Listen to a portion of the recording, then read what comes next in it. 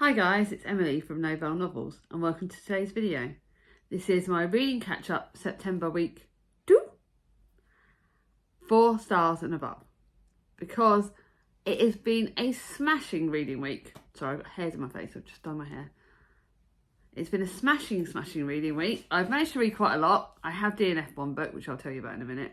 I've managed to somehow read 8 books, which is a big comparison to last week where I read 6, but one of those obviously followed over, so that kind of counts. So it's kind of like 7-7, so it's not as bad. Obviously you'll know about that one. I have DNF books, so that means that's 8 off my unread TBR. Well, one of them is a library book, so it kind of is 7 off my unread TBR, and I'm happy with that. I'm really happy with that. Admittedly, I have kind of gained a few more books. We're not gonna go there. I didn't buy any more, although basically, I'll tell you in a minute, but yeah, it's Chris's birthday today, so we're off to Henley in a bit. So yeah, I can see my buying going up again. I thought I was telling him it was supposed to be good in September. That's really not going the way I wanted it to. But obviously, let's talk about what I'm currently reading first, and then we'll do all the life chatty bits that I love doing. I enjoy doing these. So last night I did start Anne of Green Gables by Ellen Montgomery. This is a gorgeous copy that I was gifted by, I think, my subscriber Lorraine. I think she gifted it to me, or I got gifted this for my Christmas present. And look how stunning this copy is. Basically, yesterday's reading didn't go quite the way I wanted it to do, so I needed a book to cheer me up and a book that is comfort. So for a change in an evening, I'm reading a classic, but it's a middle grade classic, so it doesn't matter. Anne of Green Gables is probably my second favourite book of all time. If I'm being honest, it is above Jane Eyre. Sorry, excuse Chris coughing in the background. Birthday boy.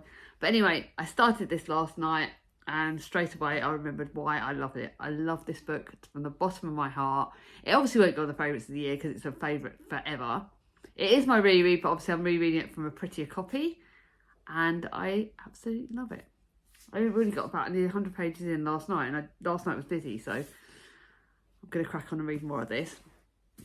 I will say today I start a book that isn't on my TBR, but it's one that Chatty from the Mad Chatter helped me pick, and this is The Invincible Summer of Juniper Jones. And this is, I know it's not summer, but I thought today it's sunny and autumny and everything else, and the colours look autumny, so I'm going to read this today. It's a middle grade historical fiction that does tackle racism, and after I met Juniper, nothing was the same again.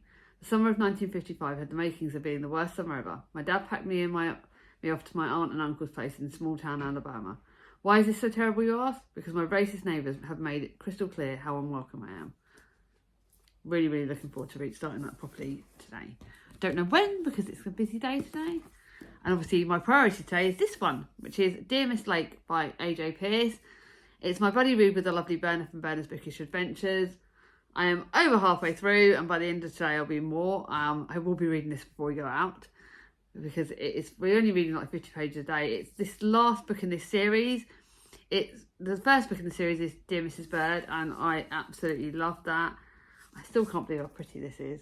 I absolutely love this book. I've got it relatively soon, but because it is obviously a buddy reading, it's also where it's like the 4th one in the series. I can't give you spoilers away, but there is apparently a heartbreak in it, and I've already got to that gulp moment.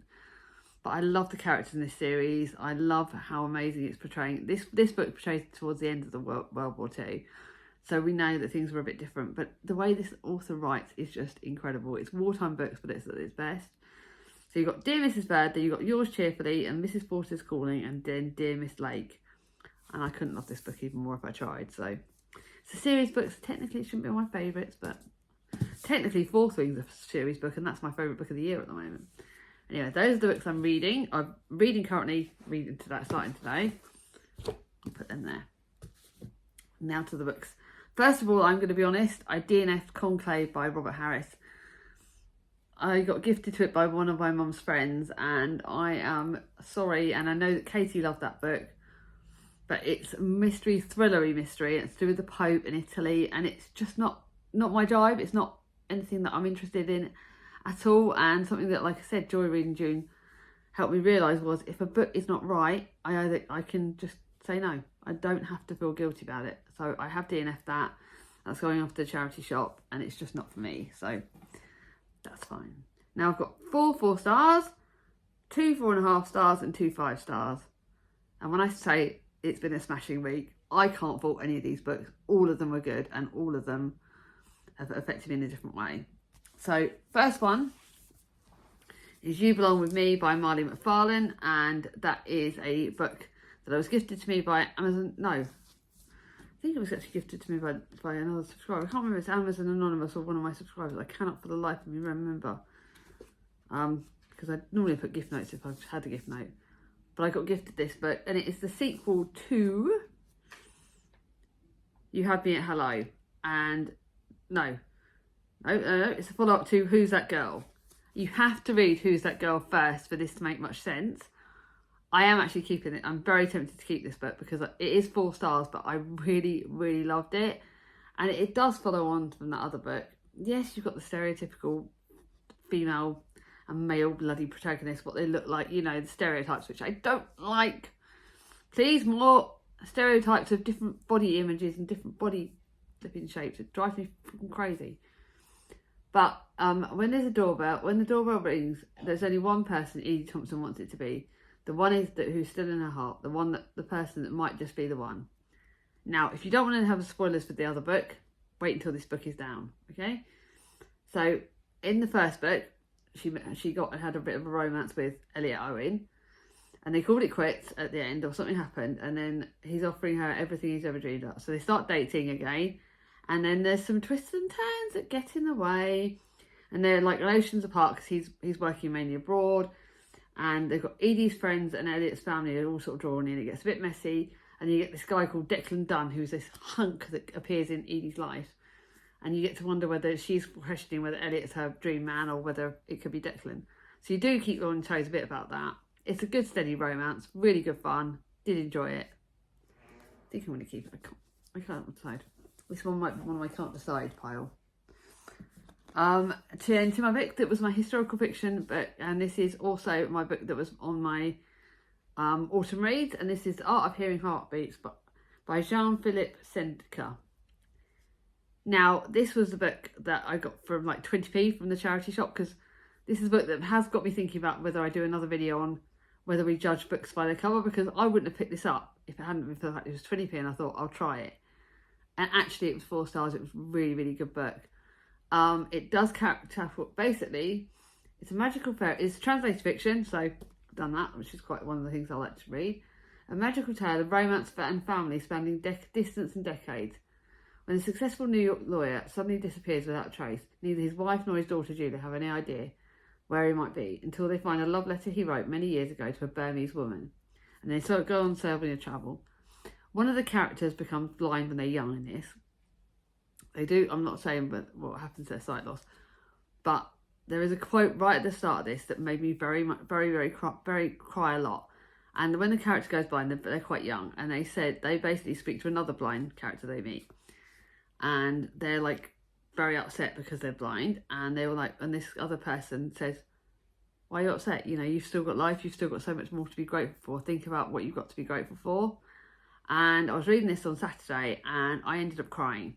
I'm going to be honest, I did, because for starters, we talk about sight loss, and I am grateful for the fact that I've got one eye that I've got complete vision in. It's not amazing. I'm very, very short-sighted in it.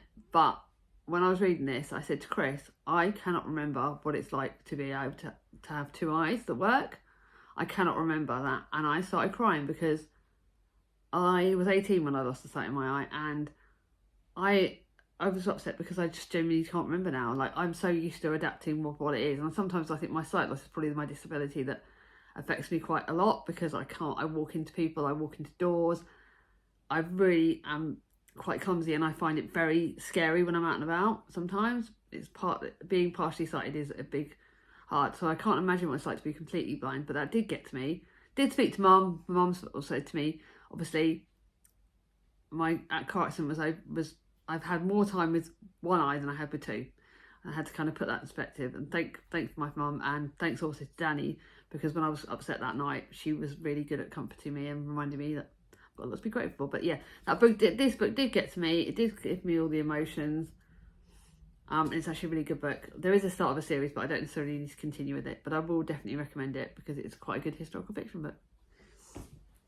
Then to a book that made me smile and also made me cry, and this is Casper the Commuting Cat by Susan Fielding. It's a non-fiction book about the Casper the cat who travelled on buses, and it talks about cats, and it's got pictures of her, and it talks about other cats that this lady owned and how important cats are and things like that. And it's brilliant non-fiction, but it did make me laugh and cry, and I loved it. But it is going to charity shop. Actually, that's charity. Actually, no, Mum's going to read that. Actually, me and my piles, hey. Then sorry about that. Then to my last of my 4 stars, and this is Marion Keyes' books, The Mystery of Mercy Close. This is, I can't remember what number in the series, but it's Helen Walsh's story.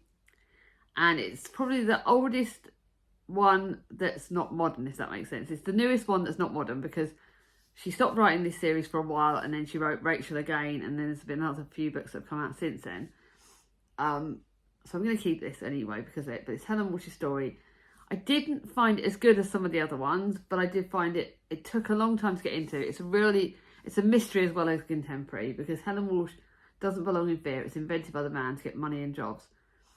But it does tackle quite hard-hitting issues. If you want to know those issues, please message me because you need to know. I think in some ways you should be aware of them before you go into this book because it doesn't talk about that. But it goes a lot deeper and a lot darker than you expect it to be and a lot sadder. And considering Helen Walsh is quite a lot of laughter in this, there is also a lot that gets you thinking. And Helen Walsh basically goes on this hunt for this singer guy that's part of a band called Wayne Diffney. You've got a lot of you've got a bit of sexy, saucy stuff in it. And you've got a bit of the family dynamics, which I love, and you get to meet some of the sisters, and you get to be a part of the Walsh family. But it is a lot harder hitting than the other books. No, not all the others. Actually, some of them are hard. It does be a bit emotional, so be aware of that going in. Now to my books that are 4.5 stars and above, which is the brilliant books. All 4 of these are absolutely incredible, and I love them. The first one is The Girl in the Tower by Catherine Arden. This is the second in the series. The Bear and the Nightingale is the first, and then The Winter of the Witch is the third. And I'm going to save that for December or January. I'm not sure yet. If I read it in December, actually no, I'm going to read it in January. And it means I don't get another complete series completed this year. But I've given up stressing about that. I'm not going to do a big video on series for this next year because I'm just going to not putting pressure on myself to finish series in a year. If I do, I do. I don't. It is the second in the series, so again, I can't tell you too much. I actually found this a lot darker and scarier than the first one. And I don't know why, but it really got to me. It was quite dark, quite sad. It's about Vasya, and she's obviously going on her own journey up the end of the first book. It's a fantasy, it's like mystery, Russian fantasy kind of thing, folklore. But it's very dark, very scary, very depressing, but very well written. The writing is incredible, flew through it. Really good book, and 4.5 stars. It's a very, very good book, but The Bear and the Nightingale was 5, but this was 4.5 because it got me a little bit scary, and there was a little bits I didn't quite love as much, but still really enjoyed this. I think Chatty rated it 5 stars, and then Jem rated it 4, so I was kind of right in the middle. Then to my library book of the month, of the week, which is Very, Very Lucky by Amanda Prowse, and another one that emotionally destroyed me to a million pieces. I just read a book by Amanda Prowse for a tandem read along, and I loved that, and this was actually higher in rating, which I feel guilty about. And it talks about you have two lead characters, Emma Fountain, who has she has got 3 kids to look after, an ailing mother and a neglected husband, and she just doesn't stop. She's on a go all the time. I think a lot of us mums can relate to her. And she has a cool, funny best friend who keeps her sane. But then one day, Roz climbs through the window of her bedroom to tell her some very bad news. And Emma's life just gets even more off the rails. And then there's this older gentleman, Thurston, this does tackle grief a lot, and you really have to be aware of this, and that's something that's very from the early days. Recently widowed Thurston, life for that his beloved wife of 62 years has lost all its joy. And you obviously know that he's going to meet up with Emma at some point, and then their lives collide and things change. It does talk about friendships, so it doesn't talk about the fact that it doesn't matter how old you are, your friendships can happen. It doesn't matter if you're friends with people older or younger. when those friendships get in and people turn up when you least expect it. It does tackle grief, it does tackle a lot of hard-hitting issues, but it's done brilliantly. A brilliant, brilliant book. I thoroughly, thoroughly love this, and I can't wait to keep reading this author's work. But it's my own book. The next 2 books, I've got more keeping. I think Mum's only got 1 book that's going on her pile, because Mum becomes debating. This one is obviously going on my favourites of the year so far. The Spell Shop by Sarah Beth Durst. I was buddying with the cat. Excuse me, I've got a sneeze coming again. Why do I always sneeze in my videos? So it's set in a faraway island, a secret spell shop, an unexpected romance. There you go. I'm real. I can't edit that out. Keela has always had trouble dealing with people. Thankfully, as a librarian at the great library I study, she hasn't had to. And then something happens and the library gets on fire, and her sentient spider plant, Kaz, they escape and they go back to the island where Keela is from. And there's adventures, there's romance, there's fantasy. It's like a cozy fantasy novel, and it was just what I flipping needed. I cannot describe how much I love this book. It is cozy fantasy. It's incredible. It keeps you on your toes. It's got excitement. It's got mystery. It's got love. It's got fantasy bits. It's just everything you could possibly want in a book, and I loved it. And she's got a sequel. There is another book coming out that's now out in hardback, and I've got to wait for it to come out in paperback, which is called The Enchanted Greenhouse. And I will be buying that as soon as it's in paperback, because I absolutely love this. If you like fantasy, if you like cozy fantasy, if you like a bit of romance, a bit of everything, this mixture thing is perfect, and it was a perfect me book. Not one would love.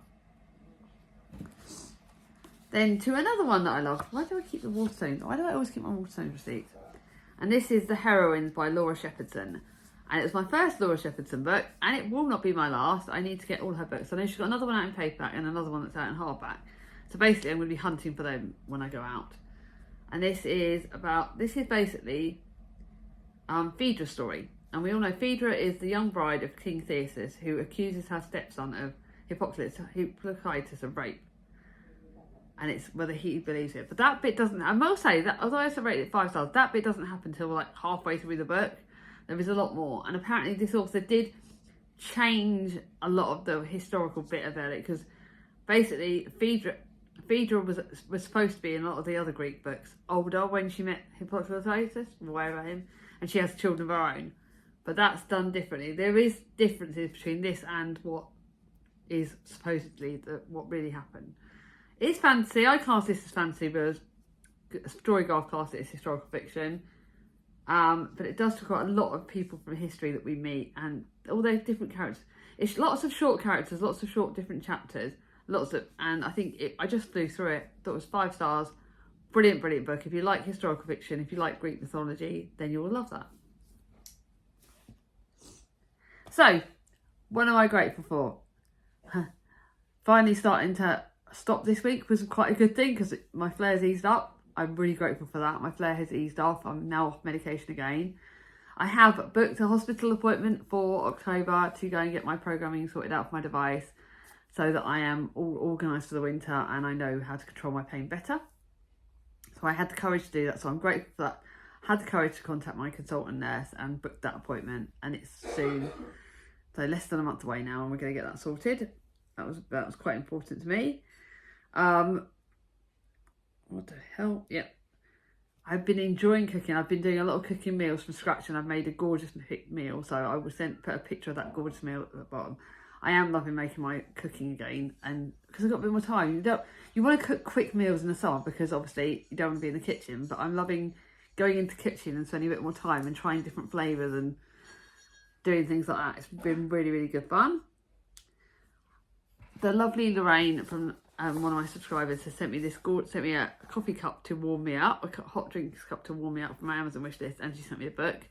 We'll show you the book obviously in the book haul, but she said it's to warm me up, and I need to get better at doing this because I know that in the winter I get very cold. So what I was thinking is I might actually have that, start taking some maybe decaf tea, because I've got to be a bit careful with my caffeine, and take some decaf tea to work and keep me warm that way. So I think I might start doing that as it gets colder. So Lorraine sent me that in a book, which was a lovely gift. Thank you so much. You guys have mentioned in the poll that I did on my channel, if you haven't voted, you've still got a bit of time to vote. I'm going to wait until Sunday to make the definite decisions what I'm doing. But you guys said that you wanted me to do more vlogs. So today is Chris's birthday.